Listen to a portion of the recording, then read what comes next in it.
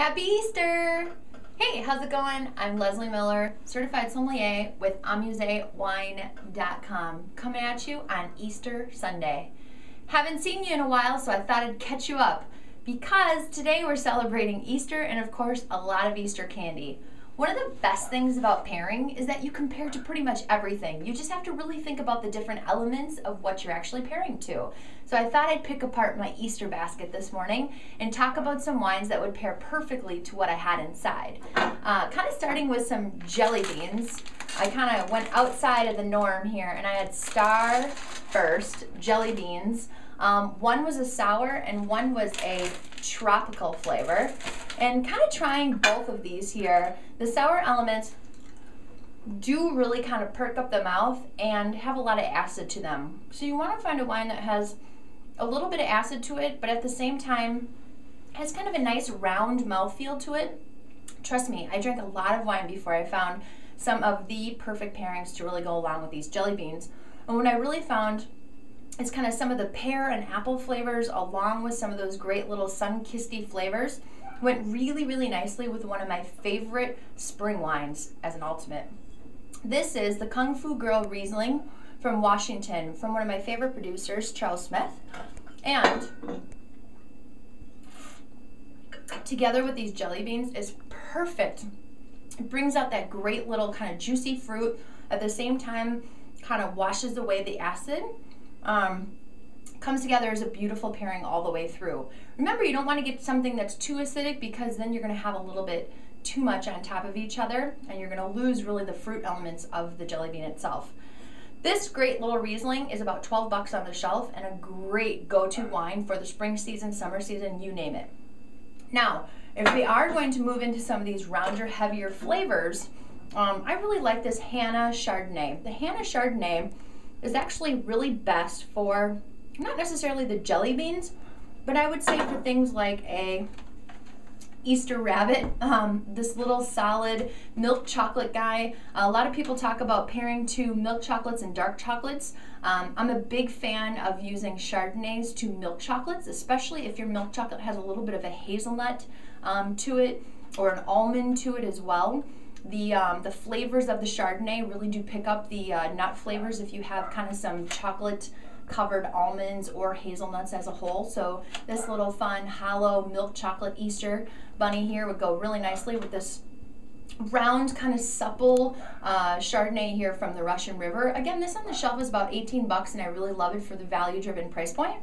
If you move into some of these kind of darker, oozier chocolates that you have then for the rest of the holiday, I mean, you have kind of the dark chocolate, from Dove Chocolate. And the dark chocolates I'm a big fan of with some of the more juicier, rounder reds, I think, as a whole.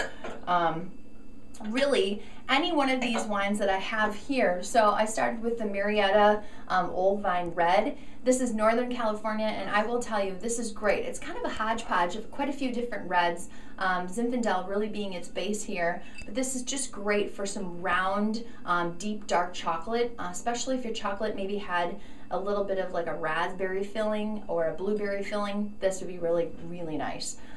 One of my favorite producers out of Paso Robles, this is Lina Coloto. A little bit harder to find. The Marietta Old Vine Red can certainly be found almost everywhere on the shelf, and the price point of that is like $15 under, so it's great. The Lina Coloto is an allocated club.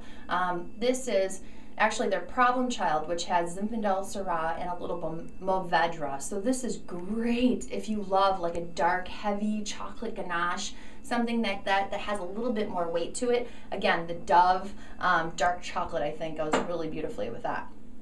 Another producer that I picked out of Dry Creek in California is Peterson Winery, and this is their Shinbone. What I love about this is Shiraz and a little bit of Cabernet to it. The Cabernet is only about 33%, but I love the kind of spicier tones of this wine. Again, would be a great, great wine if you had a dark chocolate and let's say you had a little bit of a chili flake to that dark chocolate. There's a lot of chocolates on the market right now that you can get that have that little spice or bacon or sort of Himalayan salt to them.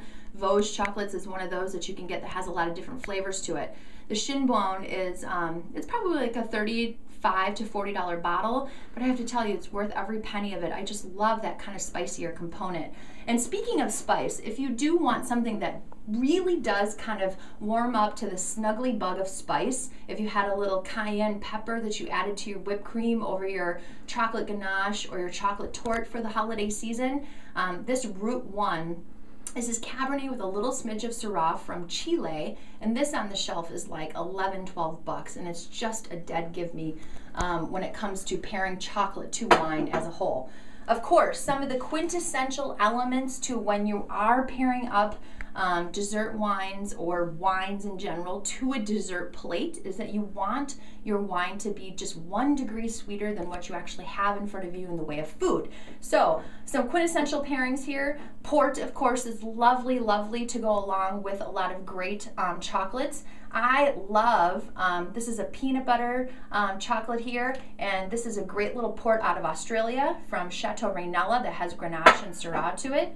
Of course, Semillon is a beautiful pairing to anything peanut butter and chocolate. This is Alpha Domus from New Zealand. I love this. It's great kind of honey tones to it. And then the last, this is Banyuls, which is a fortified Grenache dessert wine out of the south of France. Banyuls is a region that produces this lovely wine that has really beautiful kind of chocolatey flavors. It's almost, again, kind of a quintessential chocolate pairing wine.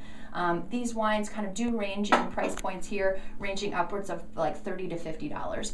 So that's what you have here for a great Easter basket sort of give me. Happy Easter, thanks for joining, and hope you can find something to go along with your Easter basket this afternoon. Happy holidays.